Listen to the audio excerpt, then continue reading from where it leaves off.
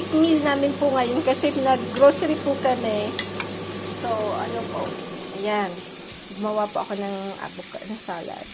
Ito po yung surimi, yung parang crab, ano po yan, crab meat na, parang yung sa Korean, pero dito nakaganyan siya. Tapos, small tomatoes, tomato cherries, tapos with fries. Fries po. French fries. Medyo, gusto kasi nisa medyo malutong-lutong na konti. French fries. And, sauces Toulouse. Toulouse po. Ewan ko kung bakit Toulouse. Yan po yung sausage dito.